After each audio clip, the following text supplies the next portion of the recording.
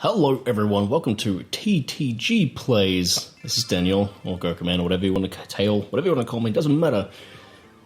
Here we are, Pokemon Fire Red, Nuzlocke Challenge, in celebration of Pokemon's 20th anniversary. I'm very excited. This is a new game to me, even though I played the original versions a million times. Never played this one. Yeah, I'm hyped. I'm excited. Let's get into it. So this has obviously been played on a GameCube. Oh, thanks. I'd love to know how the controls work. Easy peasy.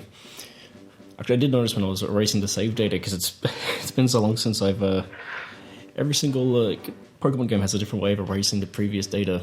Hello there. Yes, hello Professor Oak. Pokemon Professor. That's great. If I can get one of those actually in Nidoran, I'll be very, very happy. Tell me a little bit about yourself. Okay, well, are you a boy? I'm a boy.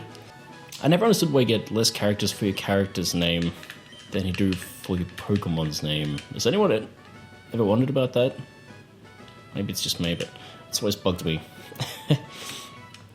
Yes, my name is G-Man. This is my grandson. Oh, yes. Ooh, as a throwback to the original series, I'm going to call him Stinks. I'll just Stink, because Ash stinks. I disagree. I think Gary stinks. So you can be Stink. Funnily enough, usually whenever I play through Zelda, that's a Zelda game, that's what I call Link. Something about characters crying out for Stink's help. It just cracks me up every time. Anyway. Like I said, this is new to me. I played the original Red quite a few times, but I've never played the GBA remakes. I do have Emerald, and I never beat that generation, the Ruby Sapphire generation, but... Actually, I think from memory there's something in my computer I can get. I'm gonna double check. So yeah, these videos, I'm going to be editing them heavily, getting out any dull air, or... Yes, I knew there was a potion in there. Any dull air or anything like that. Grinding, obviously, so all that stuff's going to be gone, so I'm trying to get each episode to be between 15 and 25 minutes, roughly. Right, all boys leave home someday. It's said on TV. Well, if you said it on TV, Mum, then you can't argue with it. Professor Oak was looking for you. I wonder why her text is red. That seems a little bit weird. Anyway, yeah, it's weird. It brings back memories, but at the same time, the memories of something I never actually experienced. Oh, is everyone's text red? That's weird. Press start to open menu. Oh, that sounds like good advice. One thing I do like about this one over all the others is how quickly you get into the action. So I just walked outside it, and all I have to do is walk here and bam. No messing about. Straight into it. It's unsafe while Pokemon live in tall grass. You need your own Pokemon protection? Here, come with me. Well, thanks, Oak. I will do that. Stink, you're a prick, no one likes you. Stink, let me think. It rhymes. Oh boy. Alright, so 3 Pokemon. Now, I put a call out onto Twitter last night saying, hey guys, which Pokemon should I pick? And through a landslide vote of 1 vote, because that's the only vote I got, Apex Wolf asked for Squirtle. So, Squirtle is gonna be the one. No, not Bulbasaur. I was originally thinking of playing through with Bulbasaur because my very first playthrough I ever did was with Bulbasaur. Yes, Squirtle, please. He's quite energetic. Charmander is pretty hard for the early game, obviously. So he's good if you want a challenge. But this is my first Nuzlocke, and so I guess I should go through the rules. Well, first of all, you have to give a nickname to every Pokemon that you get.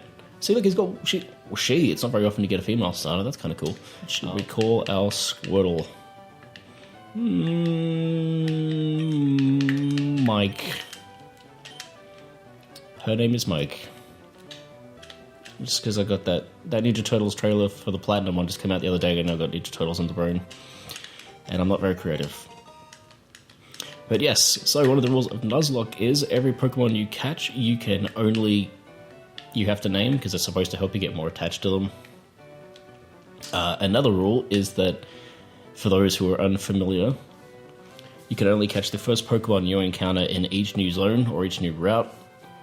So if you fuck that up, you're spent. And if you go into a new route and the first Pokemon you encounter is one you already have, obviously you can't catch it. There is a rule that some people use where you get a second chance if you already have the first Pokemon that you encounter. I'll be playing that way. There are rules about using healing items during battle. I probably will be using healing items. I find that there's a strategy even in that, in a lot of ways, using up turns and things for that, so I'll be doing that. But anyway, and of course the big main rule is if your Pokemon dies in battle, it is dead and you have to release it. So here's hoping I do not lose to Stink. Yes. Alright. Man, those are some purple pants. Some really bright purple pants. Alright, Mike, let's do it. This new text by Professor Oak's actually pretty great. It's cool to see him having a little bit more personality. Yes, I understand how battle works. It's kind of weird how much they've backtracked on this one to kind of introduce you to the basics. I'm sure Fire Red and Leaf Green was some people's first Pokemon game, but not many. Oh yeah, that's it. Mike has done the job. Of course, the most terrifying thing through these Nuzlocks, I haven't watched that many. I've only actually just started watching some, but it's something that I've been wanting to do personally for a long time.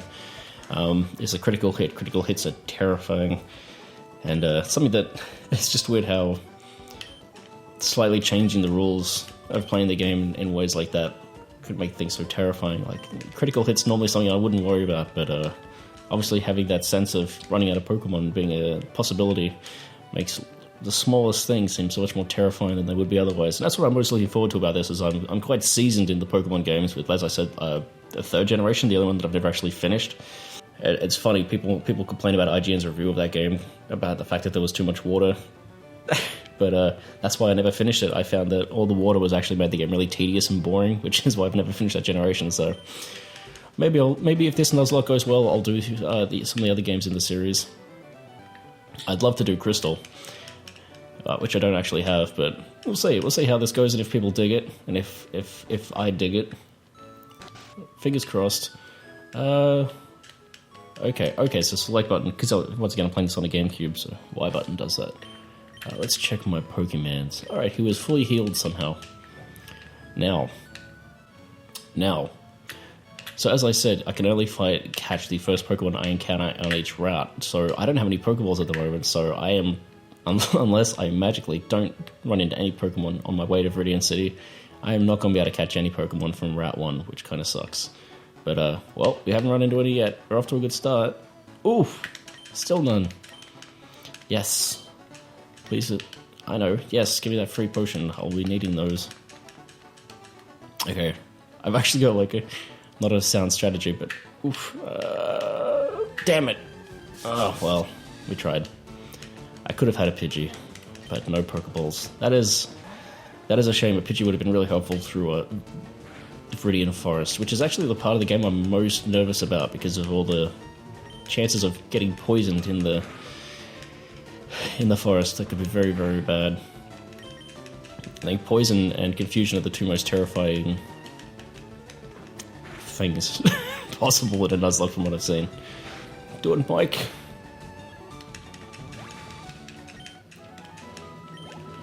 Good one. Now, the other rule is you have to fight every single Pokemon you encounter.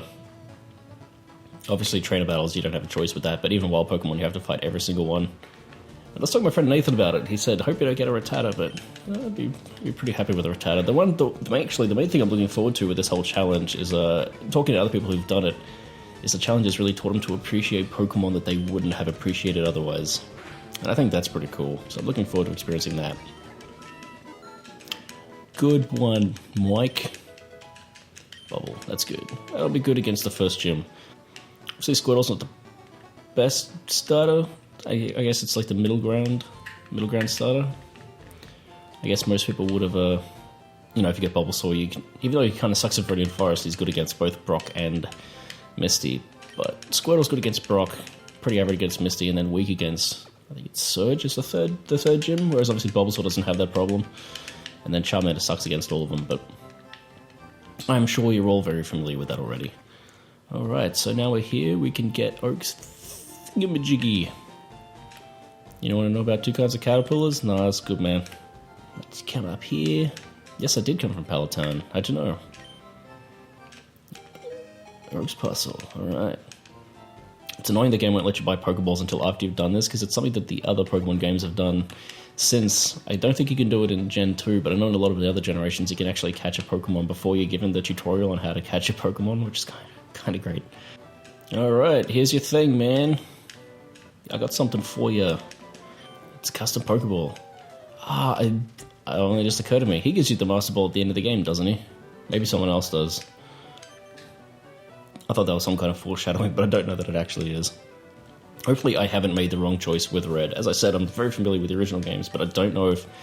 I know one of the criticisms of this game is it's stuck too close to the originals, but I don't know if they would have rebalanced it, right?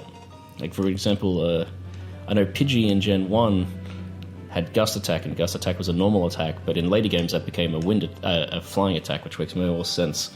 So I'm assuming that the moves and that sort of stuff's been rebalanced. So even though I'm really familiar with it, from what I remember at least, I used to play through it actually over and over again on the Dodrio Game Boy and Pokemon Stadium, so I don't know, maybe my brain's a little bit foggy. I got a general idea of what I'm doing at least. I know my type weaknesses and stuff at least. I'm not going to be making any dumb mistakes, hopefully. Yeah, I don't know why everyone's text is in red. When you're playing on the Leaf Green version, does anyone know if like the text comes up green in that version? Because I don't know why characters' text come up in red. That's weird. I don't know why they would have made that choice. Alright. Okay. So I can't catch anything on Route 1. We still don't have Pokeballs, so that's fine. Alright, we are back in Viridian City. So before I end this episode, I got one more thing I want to do. And that is, after I heal my Pokemon, I am going to buy some Pokeballs, and I am going to go to the left, and I'm going to try to catch our first Pokemon. I'm very excited. Now, I know to the left you can find... I know there are Spearows, I know there are Nidoran.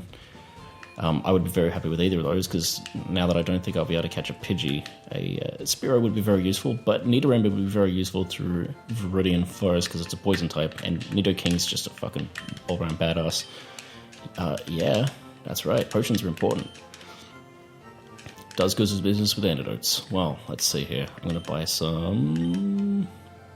6 Pokeballs. That'll do for now. We'll buy 4 potions. I'm usually nowhere near this, like, pedantic with what I'm buying. This is a new thing to me, like, having to manage healing items and stuff is, usually with Pokemon, I guess, blitz through, obviously. I don't really care if I white out in battle this time, like, having to prepare for all this. It changes everything. I believe that's the school. You don't get anything cool from there, and there was nothing down there but flowers. Okay.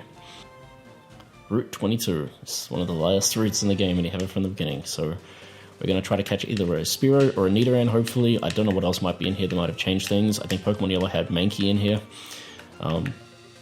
Let's see how we go. Oh, I'm nervous. What is it? It is a Spearow. I am more than okay with that. We couldn't catch a Pidgey, so this will work well. And it's also going to obliterate any bug Pokemon in Viridian Forest. Perfect. Already knows Peck. Absolutely. Exactly what we needed. Okay, he is... okay, that's getting a little bit too close for comfort there, damage-wise. Let's get this Pokeball out here. Pokeball! Come on, catch him. Come on. Yes! Oh, man. I am super happy about that. Alright. Give a nickname to the captured Spearow. Yes, please. Let's call him...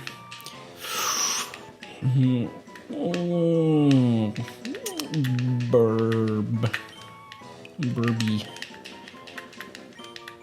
Burby the Burby. Birdie. I don't know. Well, that's going to wrap that up for this episode. I'm going to go heal, and when we come back next time, I'm going to hit up Viridian Forest, and hopefully we'll be able to catch another Pokemon.